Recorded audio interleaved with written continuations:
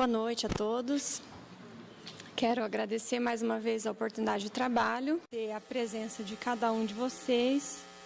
Eu sei o quanto muitas vezes nós nos dedicamos e temos que fazer muitos desdobramentos, muitos esforços para estarmos presentes, no Evangelho. Então, todo esforço será olhado, todo esforço será beneficiado e eu parabenizo a cada um por esse trabalho particular que cada um tem feito. Bom, como o Vanin comenta no início, nós hoje comentaremos um trecho, uma pequena parte do capítulo 5 do Evangelho segundo o Espiritismo, que foi escrito por Allan Kardec, compilado com algumas colocações, algumas argumentações de alguns espíritos, lançado em 1864. Na última terça-feira, dia 18 de abril, nós comemoramos 160 anos do Espiritismo na Terra. Então, são 160 anos que nós temos essa luz brilhando para nosso benefício pessoal. E, no caso, logo depois, então 5 anos depois, praticamente foi lançado o Evangelho segundo o Espiritismo. E esse capítulo é um capítulo riquíssimo, porque ele reúne questões que nos servem no dia a dia, a causa das aflições, o porquê nós sofremos, por que nós nos angustiamos e por que nós estamos normalmente ou frequentemente aflitos por conta das coisas que nós vivemos na nossa existência.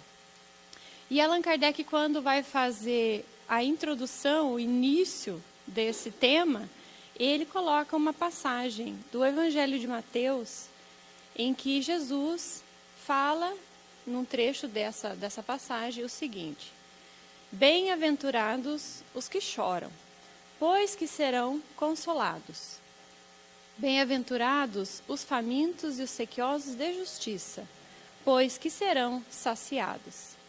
Bem-aventurados os que sofrem perseguição pela justiça, pois que é deles o reino dos céus. Então, frente àquilo que nós vivemos na vida, muitas vezes nos deparando a isso, colocado por Jesus dessa maneira, nos parece um tanto quanto estranho, um pouco agorenta essa frase, porque ela vai te dar a ideia de que o sofrimento é algo que nós precisamos viver definitivamente, e sem ele, nós não teremos esse reino dos céus, essa conquista do reino dos céus. E muitas vezes nós passamos por esse trecho e compreendemos assim realmente. E levamos a vida de uma maneira até um tanto pesada, um pouco difícil de olhar para ela, porque nos parece que é assim que deve ser. E veja que Kardec também faz essa reflexão. Quando ele inicia, logo depois dos comentários desse trecho do Evangelho, ele intitula Justiça das Aflições. O próprio título já nos diz que há algo concreto, há algo justo dentro das aflições. E aí ele diz o seguinte, já de início também: somente na vida futura podem efetivar-se compensações que Jesus promete aos aflitos na terra. De cara, ele já nos diz que, se nós olharmos dentro de uma perspectiva de uma existência única, de uma existência que começou quando nós renascemos nesta, e que acabará no final desta vida, nós não vamos ter a compreensão do porquê dessa fala de Jesus. Ela não tem como ser compreendida olhando dessa maneira. E aqui a gente já estrutura a pluralidade das existências, e a imortalidade do espírito, que tanto traz adeptos ao espiritismo. Porque, nesse sentido, começa a fazer sentido o porquê de certas situações que a gente vivencia. Então, por isso que Kardec já coloca que é somente com esse olhar de vida futura que nós vamos compreender o que Jesus quis dizer. Mas ele continua: mesmo com essa certeza de que há uma vida futura, dificilmente se compreende a conveniência de sofrer para ser feliz. convém o sofrimento para então ter a felicidade? Também nos parece um pouco estranho, né? Mas ele diz assim, mas por que sofrem uns mais do que os outros? Quantos questionamentos a gente também não faria, né? Porque uns nascem em perfeita saúde, com a família estruturada, muitas vezes com beleza, com bens materiais, que parece que tudo sorri na vida dessa pessoa, enquanto que outros parece que tudo vai para trás. Nasceu com deficiência, tem uma doença grave, os pais se afastaram e essa pessoa não consegue conquistar ou sair do lugar, aparentemente, nesse olhar que nós, de uma maneira superficial, temos. Então, dá essa impressão que a fé no futuro pode, então, consolar e infundir essa paciência. Tudo bem, tem uma vida depois dessa, e eu vou conquistar essa paciência, esse consolo por conta disso. Mas ela não explica desse modo certas anomalias que parecem desmentir a justiça de Deus. Olha como Kardec é sábio, colocando questionamentos para que nós vamos também pensando nisso, por mais que não tenhamos ou já tenhamos pensado. Parece que desmente essa justiça. Bom, mas se Deus é a suprema sabedoria, supremo amor e toda justiça, infinita justiça, não teria como haver algo que não fosse justo e amoroso dentro desse processo. Mas dificilmente a gente se lembra disso quando estamos vivendo os problemas. A gente sempre acha que Deus nos esqueceu, que Deus não está nos olhando. E por essa razão, às vezes, fica difícil e nós não entendemos quanto não está desmentindo essa justiça divina. E ainda, nós teríamos dois aspectos para verificar. Diz Kardec também, nesse mesmo capítulo, que as vicissitudes da vida, as dificuldades, os problemas, elas promanam de duas fontes diferentes. Uma, ela tem a causa na vida presente e outras fora dessa vida. De modo geral, quando nós analisamos os nossos problemas, é muito comum a gente dizer assim, olha, eu acho que eu joguei pedra na cruz, ou então grudei chiclete banana, né? Chiclete babalu banana na cruz, alguma coisa eu fiz para merecer isso, porque não pode. Olha o tanto de problema que eu tenho. Eu tenho que suportar esse karma, essa pessoa na minha vida difícil. Então a gente sempre tem um olhar assim, achando que tudo que está acontecendo literalmente tem a ver com a vida passada. Porque é interessante, é uma maneira que o ego encontra de fazer uma escapadela no olhar de si mesmo, porque se a gente tem uma causa na vida anterior, entre aspas, eu não tenho nada a ver com isso. E se eu tenho uma causa na vida anterior, entre aspas, mais uma vez, eu não fiz nada nessa vida para viver aquilo. É algo do passado. E hoje eu já sou uma pessoa melhor, entre aspas. Só que, conforme a gente vai vendo o que Allan Kardec põe nessa obra, com relação às causas atuais e às causas anteriores, nós poderíamos dizer que 90% das nossas dificuldades, elas são fruto das nossas escolhas e dos nossos comportamentos nessa existência. Aí nós já vamos falar do que é que pode ser considerado causas anteriores. Mas, de modo geral, muita coisa ainda está atrelado àquilo que nós estamos fazendo agora. Porque se tem algo a ver com os resgates, com as questões pessoais, a gente resgata aos poucos, não é uma coisa que vem de uma vez só, né? E aí a gente, quando retorna para o campo terreno, para resgatar, às vezes nós nos comprometemos com outras coisas, por isso que tem as causas atuais. Aí vemos assim. Quando ele fala das causas atuais, ele diz, interroguem friamente suas consciências, todos os que são feridos no coração pelas vicissitudes e decepções da vida.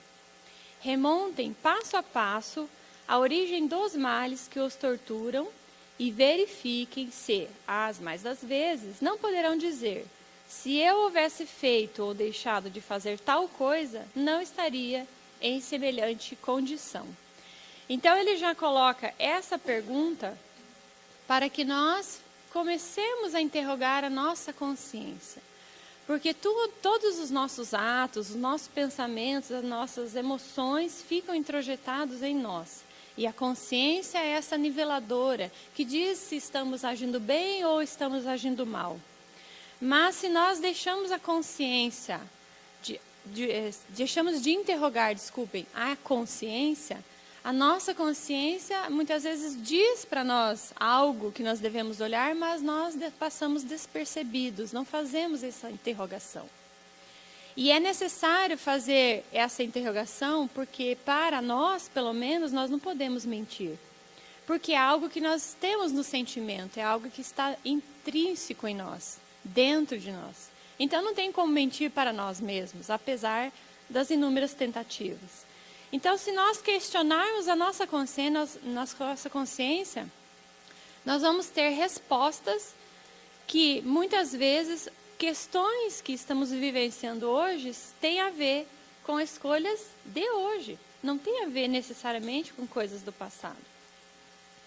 Aí diz Kardec que todo efeito, ela tem uma causa. Todo efeito há de ter uma causa. Tais misérias são efeitos que hão de ter uma causa.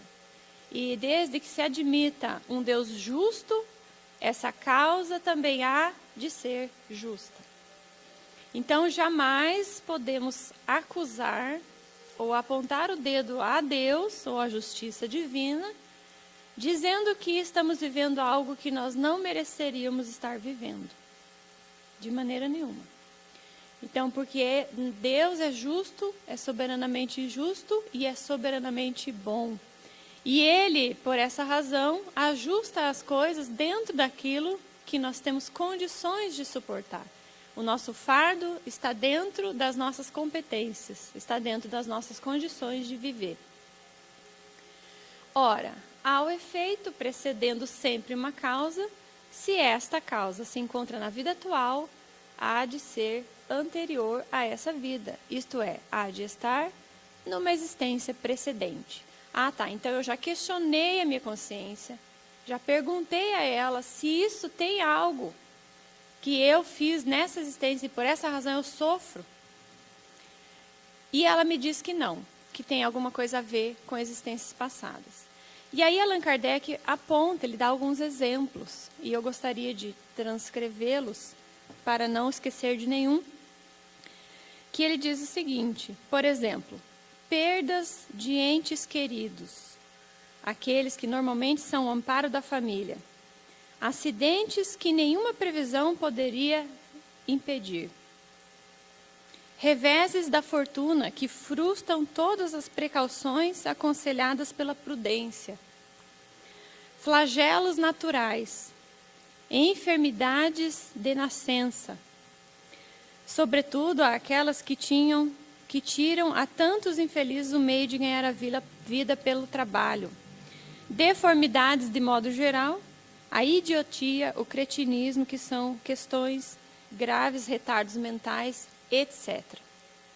Então, essas questões citadas, transtornos mentais, doenças incuráveis que nascemos com ela, perda de entes queridos e outras situações citadas, acidentes que não teria como ser evitados, isso tem a ver com questões das outras existências.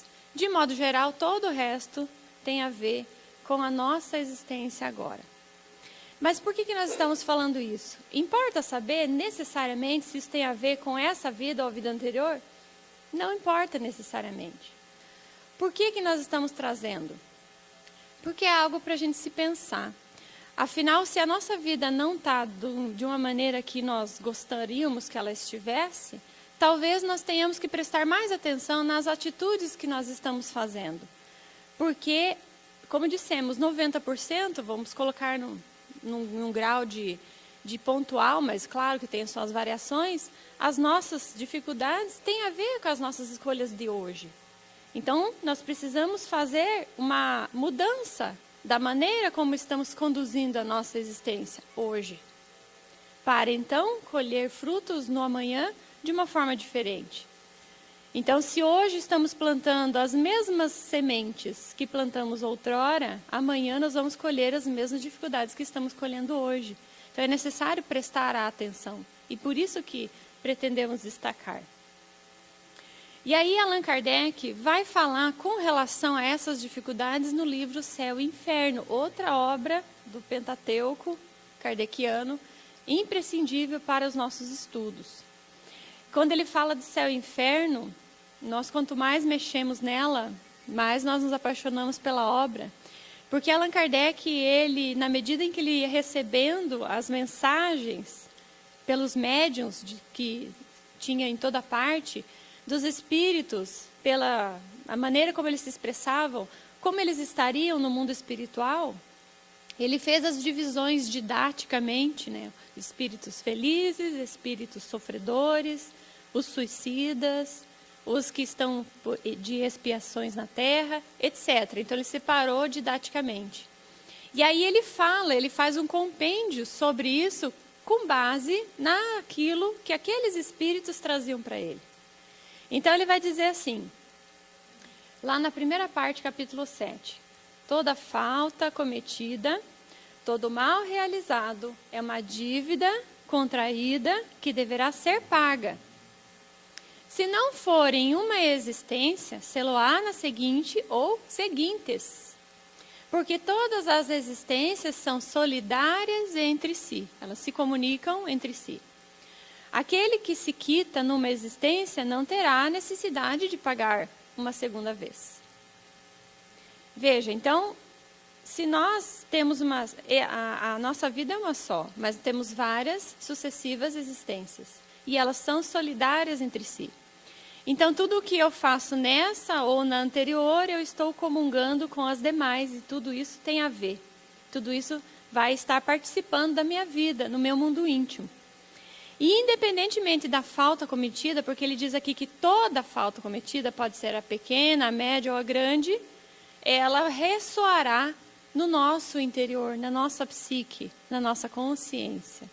Estará vibrando em nós, estará participando da nossa vida. E isso é uma maneira de fazer com que seja ajustado na lei. E um detalhe que é importante sabermos é porque a maioria de nós, que somos espíritos encarnados em um mundo de provas e expiações, temos mais ou menos as mesmas dificuldades e mais ou menos o mesmo nível de moralidade e de intelecto. Então, por quê? Por conta dessa semelhança, né, essa semelhança de vibrações, nós nos reunimos aqui nesse mundo. E esse mundo não está assim por conta dele mesmo, mas por conta dos habitantes que nele moram, que nele vivem. Se nós nos melhorarmos, nós teremos a oportunidade de viver em outros planetas que são mais adiantados. Mas por hora é o que nós temos condições de suportar. E às vezes nós não conseguimos lidar com as nossas dificuldades numa existência apenas. Não é que a existência anterior eu reuni um grupo de coisas para suportar, para trabalhar, e nessa eu venho com tudo isso para resolver. Não tem como. Nós não temos condições de lidar com tudo. E Deus, sabendo disso, nos reserva parte daquilo que nós temos dentro de nós para resolver de maneira homeopática. Então, cada existência nós trazemos um pouco de coisas para serem resolvidas. E com certeza, poderíamos dizer que dentro daquilo que se analisa, por estarmos nesse mundo de provas e expiações, a nossa dívida é um tanto quanto grande. Temos bastante coisa para trabalhar ainda dentro de nós. Mas isso não é algo que deve nos desesperar ou nos sentir pessoas piores, porque poderíamos estar em condição pior e, no entanto, já estamos nesse patamar evolutivo, o que já denota crescimento, porque nunca fomos tão bons quanto somos hoje, né? Nós já evoluímos bastante. Isso é algo para ser olhado também.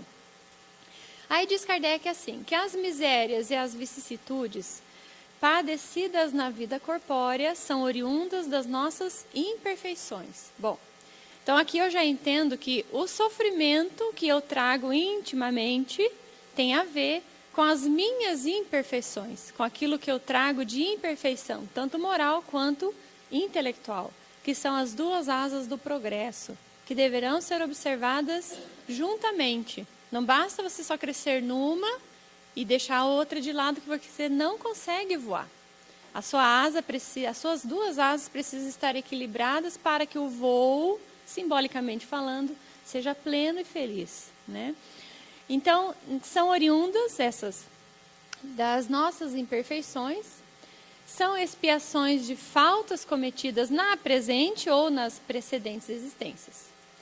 Pela natureza dos sofrimentos e vicissitudes da vida corpórea, pode julgar-se a natureza das faltas cometidas em anterior existência e das imperfeições que as originaram.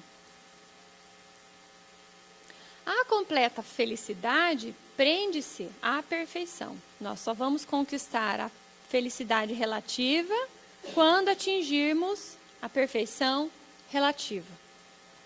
Isto é, a purificação completa do espírito.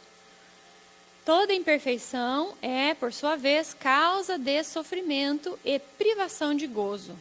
Do mesmo modo que toda perfeição adquirida é fonte de gozo e atenuante de sofrimentos. A causa do sofrimento a gente já sabe, porque sentimos na alma que ela vivencia conosco todas as horas, todos os momentos da nossa vida. Mas a privação de gozo, o que seria isso, né? Então, Deus, sendo Ele todo esse amor que nós já compreendemos, pelo menos dentro daquela compreensão que nos é possível ter, sabemos que Ele nos ama infinitamente. E que nos ama independentemente daquilo que fizermos, das opções de vida que tivermos. E o seu amor não se modifica. Mas nós, espíritos muito endividados e muito aflitos por conta desse endividamento íntimo que trazemos, nós nos privamos de perceber esse amor divino. Nós nos privamos de perceber o quanto Deus está presente e o quanto Ele nos ama. Então, a privação de gozo também acontece nesse momento, porque nós não conseguimos fruir desse amor divino e da percepção de Deus em nós, por conta das nossas imperfeições. Veja que, na medida que nós vamos evoluindo e vamos nos melhorando, também vamos percebendo a presença de Deus, né? Aí nós percebemos que espíritos que já passaram de uma fase da sua vida podem afirmar: já não sou eu quem vivo, mas o Cristo que vive em mim, como disse Paulo de Tarso. E ainda, nós poderíamos pensar o seguinte: então por que nós sofremos, né? Aí nós pensamos e chegamos à conclusão de que nós sofremos porque nós não nos conhecemos. Como nós não nos conhecemos, nós não entendemos o que é que precisa ser modificado dentro de nós. Então, seria o sofrimento pela ignorância. O sofrimento pela ignorância de si mesmo. E no livro A Gênese, também Allan Kardec coloca que toda ignorância traz sofrimento. Tudo aquilo que nós ignoramos faz com que nós soframos. Mesmo no aspecto do intelecto, do cognitivo, traz sofrimento. Mas no aspecto moral, muito mais. Porque se nós não nos conhecemos, como é que nós vamos trabalhar as imperfeições se nós não sabemos aonde e o que deve ser trabalhado? Tal qual é a importância do autoconhecimento, que é tão debatido no Espiritismo, né? Aí diz Kardec também que em que pese a diversidade de gênero e graus de sofrimento dos espíritos imperfeitos, o Código Penal da Vida Futura pode resumir-se em 3 princípios. Aí Kardec faz um compilado. O sofrimento é inerente à imperfeição, isso nós já comentamos. Toda imperfeição, assim como toda falta dela promanada, as consequências da falta, traz consigo o próprio castigo nas consequências naturais e inevitáveis. Quer dizer que não é Deus que está se vingando de nós. Não tem nada a ver com vingar-se, com o castigo que Deus impõe, como nós compreendemos em outras épocas. Quer dizer que essa imperfeição, ela traz essa aflição interior, esse desejo de fazer algo diferente, essa vontade de mudar. E às vezes nós estamos lá, não tem motivo nenhum, mas estamos aflitos, estamos angustiados, estamos tristes, melancólicos, inquietos. Isso tudo tem a ver com aquilo que nós trazemos dentro de nós e que ainda não está rodando, não está girando como a lei da natureza quer que gire. Falta ainda algo a ser resolvido e por essa razão traz toda essa angústia, esse sentimento. Então são as consequências naturais e inevitáveis, porque estão dentro de nós. Mas ele ainda diz outro item. Podendo todo homem libertar-se das imperfeições por efeito da vontade, pode igualmente anular os males consecutivos e assegurar a futura felicidade. Veja, o processo do sofrimento, ele tem um porquê. Se nós viéssemos aqui, tivéssemos sofrimento e ele nada fosse útil na nossa vida, não teria porquê o sofrimento. Deus não estaria nos colocando nessa condição para rir às nossas custas, para se divertir do nosso sofrimento. Claro que não. Ele está nos condicionando nessa forma de vivenciar essas experiências, porque nós precisamos fazer um processo interior do autoconhecimento e de se libertar dessas imperfeições. Eu me conheço, eu entendo o que eu preciso ser melhorado, e então eu faço um processo, um trabalho para me autolibertar dessas imperfeições que eu trago no meu interior. Mas elas só vão acontecer por efeito da vontade. Eu tenho que querer, eu tenho que desejar. Lembra que quando Jesus tinha contato com aqueles enfermos do corpo, mas que eram reflexo da enfermidade da alma, e que Jesus não curava corpos, ele mostrava o poder divino por ali. No entanto, ele veio para curar as almas dos doentes e enfermos da alma. E aí ele perguntava: o que queres que eu faça? Queres ser curado? Olha a pergunta que ele fazia. Por quê? Tinha que ter o efeito da vontade, tinha que ter o desejo da mudança dentro da pessoa. Porque caso contrário, não teria por que fazer a cura de corpos. O corpo é perecível, um dia vai morrer. Mas o espírito, que é eterno, teria sua sequência. Então era necessário que esse espírito estivesse pronto para receber essa boa nova, para receber essa boa notícia da mudança e aquilo que Jesus veio mostrar para cada um de nós. Então, por conta da vontade, isso é extremamente respeitado. E aí Kardec traz os 3 pontos para fazer essa mudança. Quando nós entendemos o que precisamos ser mudado e desejamos fazer a mudança, precisamos passar pelos passos de modificação, de melhoramento. Aí ele diz que há 3 passos a serem seguidos: o arrependimento, a expiação, a reparação. Constituem, portanto, 3 condições necessárias para apagar os traços de uma falta e as suas consequências. Eu me arrependo do que fiz, seja nessa existência, mas mesmo que eu não tenha condições de entender o que fiz exatamente na outra, porque eu não me lembro, existe o esquecimento do passado, o que é uma proteção divina para nós. Eu não me lembro exatamente, mas mesmo assim eu me arrependo. Coloco-me à disposição do divino a fim de que ele faça essa mudança em mim.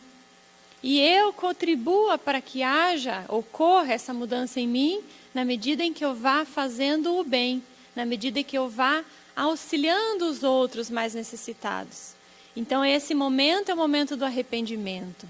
A expiação já estamos vivendo a partir daí, porque nós estamos sentindo as agruras do erro que cometemos, porque despertamos para olhar para eles. Porque enquanto não está desperto, a gente não percebe que fez o mal. Não consegue ter noção de que fez o mal. E aí, enfim, vem a reparação, que vai fazer essa compensação, vai devolver aquilo que um dia foi tirado, vai colocar no lugar aquilo que foi desorganizado. E somente a nós cabe fazer esses 3 passos. Ninguém pode fazer por nós, por mais amor que nos tenha, por mais desejo de nos auxiliar que nos tenha. Não há amor maior do que o próprio Deus para conosco. E, no entanto, Ele não faz nada por nós. Ele deixa com que cada um de nós faça a nossa parte, a fim de trabalhar o nosso interior, que é uma conquista extremamente pessoal e inevitável. Até que os últimos vestígios da falta desapareçam, a expiação consiste nos sofrimentos físicos e morais que lhes são consequentes, seja na vida atual, seja na espiritual após a morte ou ainda em uma nova existência.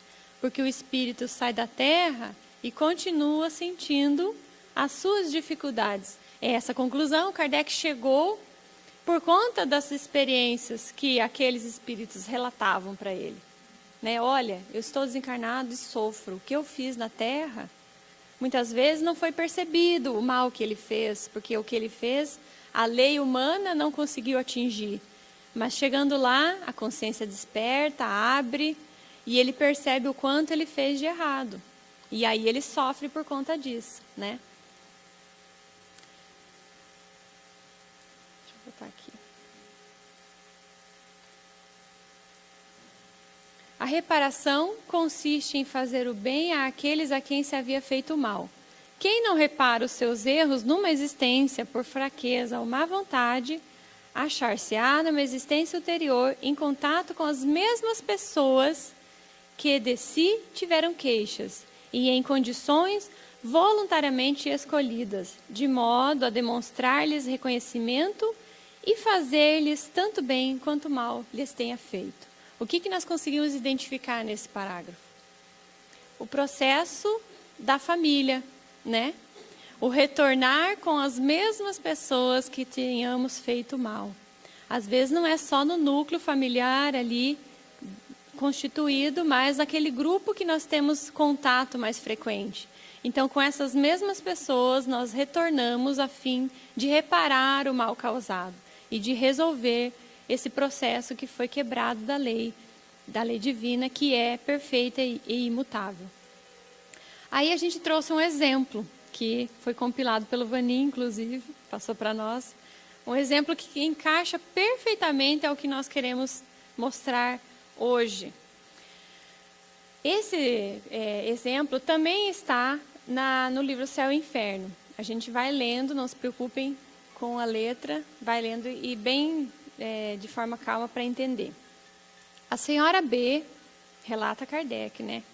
A senhora B, de Bordeaux, não sofreu as pungentes angústias da miséria, mas foi toda a vida um mártir de dores físicas pelas incontáveis doenças graves de que foi acometida durante 70 anos, desde a idade de 5 meses, e que quase todo ano a puseram à porta do túmulo. Foi envenenada 3 vezes pelos ensaios feitos nela pela ciência incerta, e seu temperamento arruinado pelos remédios, tanto quanto pelas doenças, deixou-a até o fim dos seus dias vítima de intoleráveis sofrimentos que nada podia acalmar. Vamos prestando atenção nos detalhes.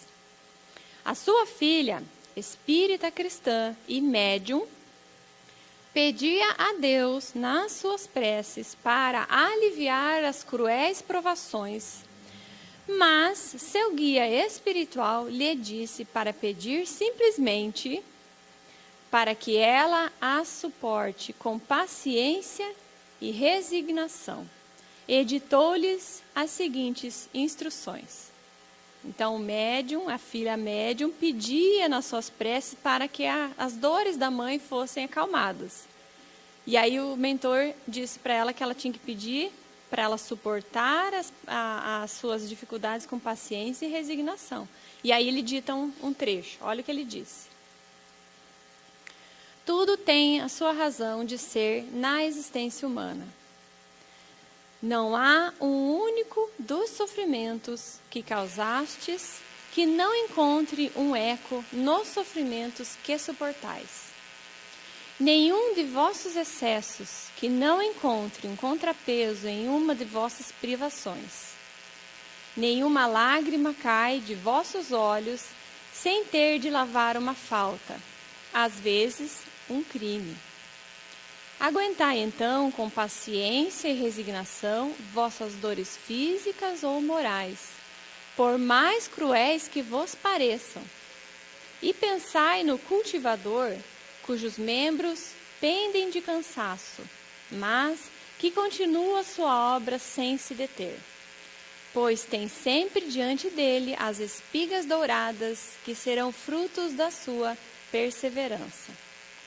Tal é o destino do infeliz que sofre na vossa terra.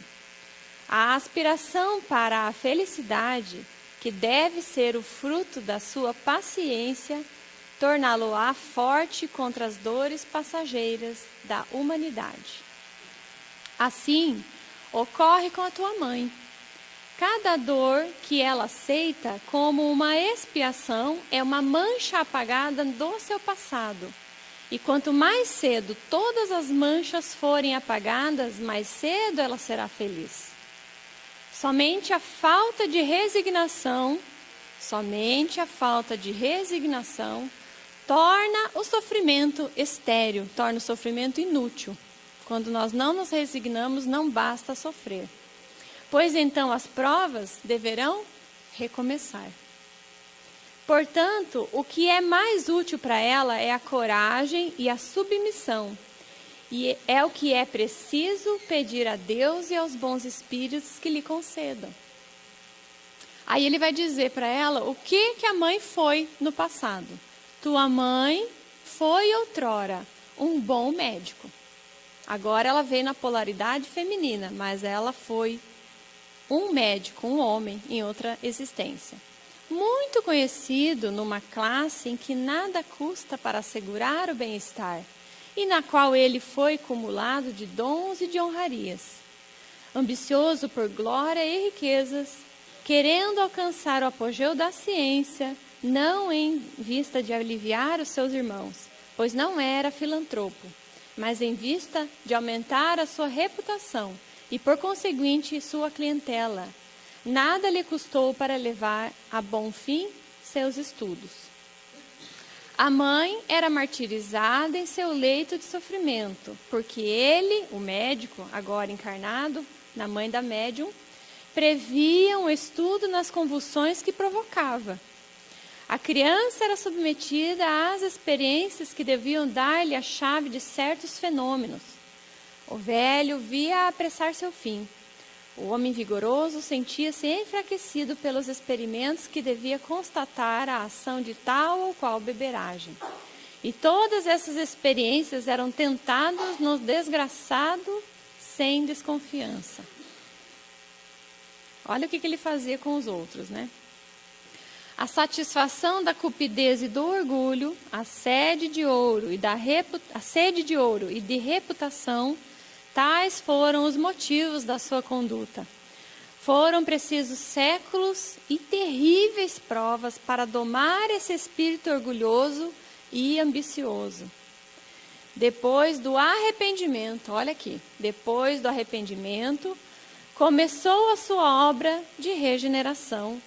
E a reparação está terminando, pois as provas desta última existência são brandas perto das que ele aguentou, ele espírito. Olha, então se já estava ruim, você não sabe o que ela passou antes, né? Portanto, coragem. Se a pena foi longa e cruel, a recompensa concedida à paciência, à resignação e à humildade será grande. Essa mensagem é para nós, né? Coragem, vós todos que sofreis. Pensai no pouco tempo que dura a vossa existência material. Pensai nas alegrias da eternidade. Chamai a vós a esperança, esta amiga devotada de todo o coração sofredor. Chamai a vós a fé, a esperança, que vos faz penetrar antes do tempo. A fé, irmã da esperança, a fé que vos mostra o céu onde a esperança vos faz penetrar antes do tempo. Chamai também a vós esses amigos que o Senhor vos dá, que vos rodeiam, vos apoiam e vos amam, e cuja constante solicitude vos leva de volta àqueles que havíeis ofendido ao transgredir as suas leis. Então, que lindíssima essa história, porque ela tem a ver conosco. Claro que talvez não tenhamos feito exatamente assim, mas temos feito diferente, porque se não fosse assim, não estaríamos aqui encarnados nessa circunstância, né? Então, o bacana de ver isso tudo é que destaca muito no texto, que é o que também tem no Evangelho segundo o Espiritismo, que não basta o sofrimento. É necessária a paciência, a resignação, a tolerância daqueles tempos difíceis para depois conquistarmos patamares melhores da existência. E aí o Espírito Lacordaire diz assim, que quando Cristo disse, bem-aventurados os aflitos, o reino dos céus lhes pertence, ele não se referia de modo geral aos que sofrem, visto que sofrem todos os que se encontram na terra. Todo mundo aqui sofre de uma maneira ou de outra, né? Quer ocupem tronos, quer jazem sobre as palhas. Mas poucos sofrem bem. Poucos compreendem que somente as provas bem suportadas podem conduzi-los ao reino de Deus. A prece, sim, é um apoio para a alma. Contudo, não basta. É preciso tenha por base uma fé viva na bondade de Deus. Ele já muitas vezes vos disse que não coloca fardos pesados em ombros fracos. Então, que nós tenhamos esse olhar de que tudo o que nos chega é necessário e importante para a nossa evolução, para o nosso melhoramento. Então, é a prova viva do amor de Deus para conosco. Que essas dificuldades só servem para nos fazer pessoas melhores. Mas é importante que saibamos sofrer bem, ser resignados, termos paciência, não maldizer a divindade, não se estressar com isso tudo, com as dificuldades, porque isso tudo vai passar. Tudo passa, né? Até a coisa que é boa, muitas vezes fica um tempo e passa. Imagina o que é ruim. Vai passar também, como diz a Mãe Santíssima. Então, é necessário sofrer bem, sofrer resignado. E finalizamos, então, com outra frase do Cristo, quando ele disse, tenho-vos dito isto, para que em mim tenhais paz. No mundo tereis aflições, mas tende bom ânimo, eu venci o mundo.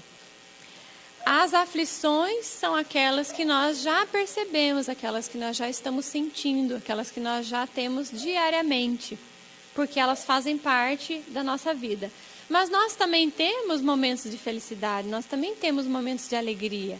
E isso significa que já é algo de bom que vibra em nós. Então nós temos que nos alegrar com isso.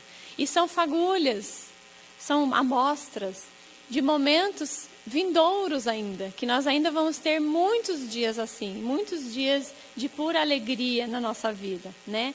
E aí Jesus diz no final que tende bom ânimo, tenha paciência, seja resignado, se anime com isso, porque assim como eu, também tu vencerás o mundo. Então Jesus conquistou a condição, o patamar crístico. Jesus é o nosso Cristo, né? Mas são vários Cristos. Isso a gente pode aprender no livro A Caminho da Luz, de Emmanuel, que são vários Cristos, e também na Revista Espírita, que explica essas condições. E que Jesus venceu tudo isso, porque venceu o seu mundo interior. Ele conseguiu vencer o seu mundo interno, as suas dificuldades, as suas angústias, aquilo que ele destoava com a lei, né? Porque não tem privilegiados, todos vão passar pelas mesmas situações, não necessariamente da maldade, mas sim da ignorância. E a ignorância traz sofrimento, como dissemos. Então Jesus conquistando, tendo conhecimento da verdade, e ele disse para nós que essa verdade nos libertaria, ele conseguiu vencer o seu mundo interior. E isso vai acontecer conosco a partir do momento que decidirmos fazer essa mudança em nós.